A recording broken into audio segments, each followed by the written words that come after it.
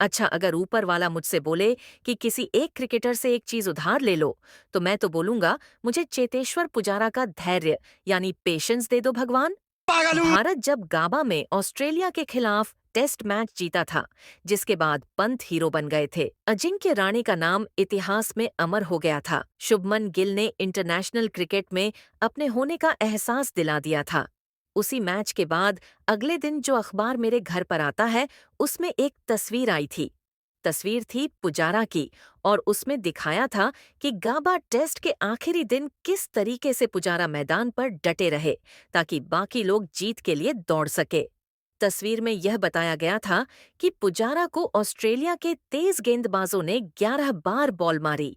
सोचो, दुनिया की सबसे मुश्किल और उछाल भरी पिच के आखिरी दिन पर पुजारा ने किस तरह से अपनी बॉडी लाइन पर लगाकर भारत को जीत की दहलीज तक पहुंचाया था।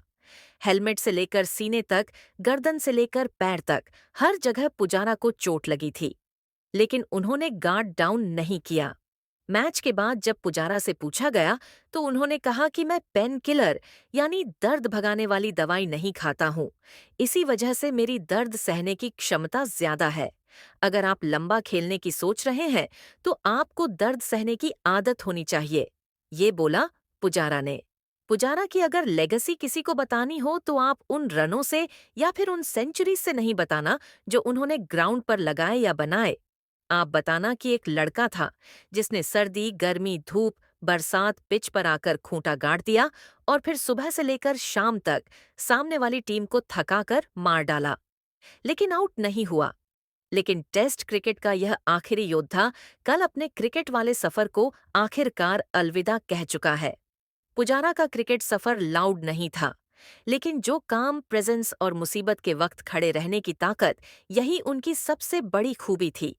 2018 से 19 ऑस्ट्रेलिया सीरीज में 521 run, player of the series बनना, फिर 103 test match, 7,195 run, 19 centuries.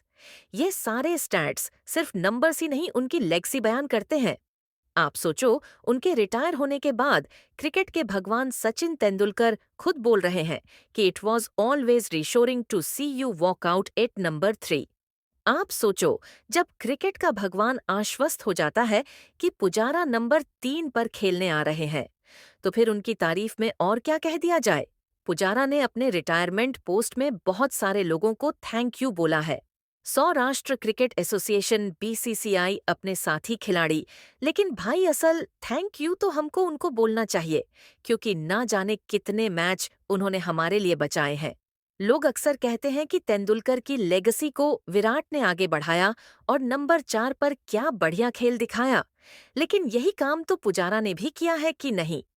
Number 3 पर द्रविड़ की जो लेगेसी थी, उन्होंने उसको क्या शानदार तरीके से आगे बढ़ाया है।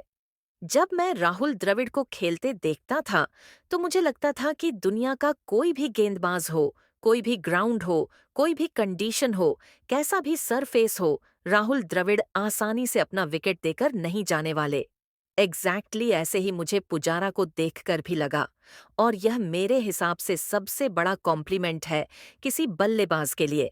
और नंबर 4 पर तो आपको कोहली के बाद शुभमन गिल भी मिल गए, लेकिन पुजारा की महानता इसी में है कि नंबर 3 पर आपके पास ऐसा बल्लेबाज अब नहीं है जैसे चेतेश्वर पुजारा थे। इस बेहतरीन करियर में कमी बस इस चीज की रह गई जो बाकी सभी लेजेंड के करियर में भी रही है, एक फेयरवेल टेस्ट मैच की। ये फेयरवेल टेस्ट मैच न रोहित शर्मा को मिला, न विराट कोहली को, न अश्विन को, और न अब चेतेश्वर पुजारा को, जिन्होंने पिछले दशक में भारत को नंबर 1 टेस्ट टीम बनाए रखने में कितनी बड़ी भूमिका निभाई, बताइए। बस एक आखिरी टेस्ट मैच खेलने को मिल जाता, तो अपने हीरोज को आखिरी बार देखने का मौका मिल जाता। अश्विन, रोहित कोहली के केस में तो चलो ऐसा माना जा सकता है कि उन्होंने इंग्लैंड और ऑस्ट्रेलिया के खिलाफ टेस्ट मैच में रिटायरमेंट लिया, लेकिन पुजारा का टेस्ट रिटायरमेंट तो वेस्ट इंडीज सीरीज से पहले आ गया। क्या पुजारा को वेस्ट इंडीज के खिलाफ एक टेस्ट मैच खिलाकर रिटायर नहीं किया जा सकता था? इस सवाल का जवाब मेरी तरह लाखों भारतीय क्रिकेट फैंस पूछ रहे हैं, लेकिन जवाब मिलेगा नहीं। लेकिन बिना रिटायरमेंट टेस्ट खेले भी पुजारा भारतीय टेस्ट क्रिकेट के सबसे बड़े सुपरस्टार्स में से एक तो रहेंगे। आपको पुजारा की रिटायरमेंट पर अगर कुछ कहना है तो कमेंट करके बताना। उनकी किस इनिंग के बारे में आप सबसे ज्यादा याद रखोगे, उसके बारे में भी कमेंट बॉक्स में जरूर लिखना। चैनल को सब्सक्राइब करना। मिलेंगे कल यहीं पर। Thank you for watching. Good bye. वंदे मातरम।